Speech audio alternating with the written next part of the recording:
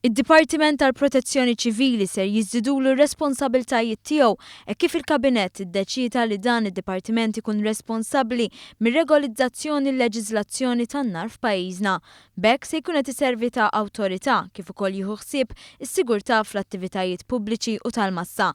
Ħabbar dan il-Ministru għall-Intern u s-Sigurtà Nazzjonali Carmelo Abela waqt it-tieni sessjoni ta' Gvern li jisma'.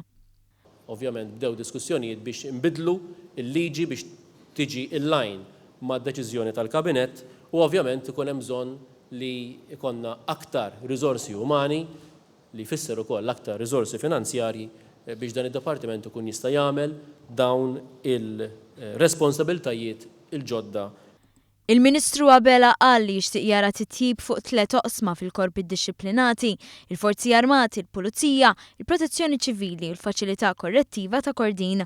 Huwa qal li jrid jara titjib fil-kundizzjonijiet, l-amministrazzjoni u t-taħriġ tal-membri tal-korp dixxiplinati biex dan iwassal għal iżjed motivazzjoni fost il-korpi.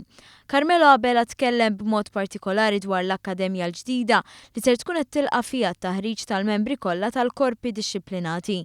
Dan it-taħriġ għandu jkun infassal sew akkreditat biex dan jissarraf f'opportunitajiet oħra ta' xogħol wara li jtemmu s-servizz tagħhom fil-korp rispettiv tagħhom. Dan it-taħriġ mistenni jwassal biex il-membri tal-korp ikunu jistgħu jużaw it-taħriġ biex javvanzaw fil-karriera tagħhom. Irridu naħdmu permezz dil-Akkademja ma' istituzzjonijiet edukattivi kemm lokali, primarjament l-Università ta' Malta u l-EMCAST, però anke ma' istituzzjonijiet barranin. U din hija xi ħaġa importanti li tkompli tagħtina l-qabża fil-kwalità li aħna nixtiequ, da kollu għandu jwassal biex iva nagħtu servizz aħjar. Il-Ministru Abela ħabbar ukoll li sal-aħħar ta' dan ix-xahar ser tkun ħarġet is-sejħa għal kap eżekuttiv tal-Korp tal-Pulizija.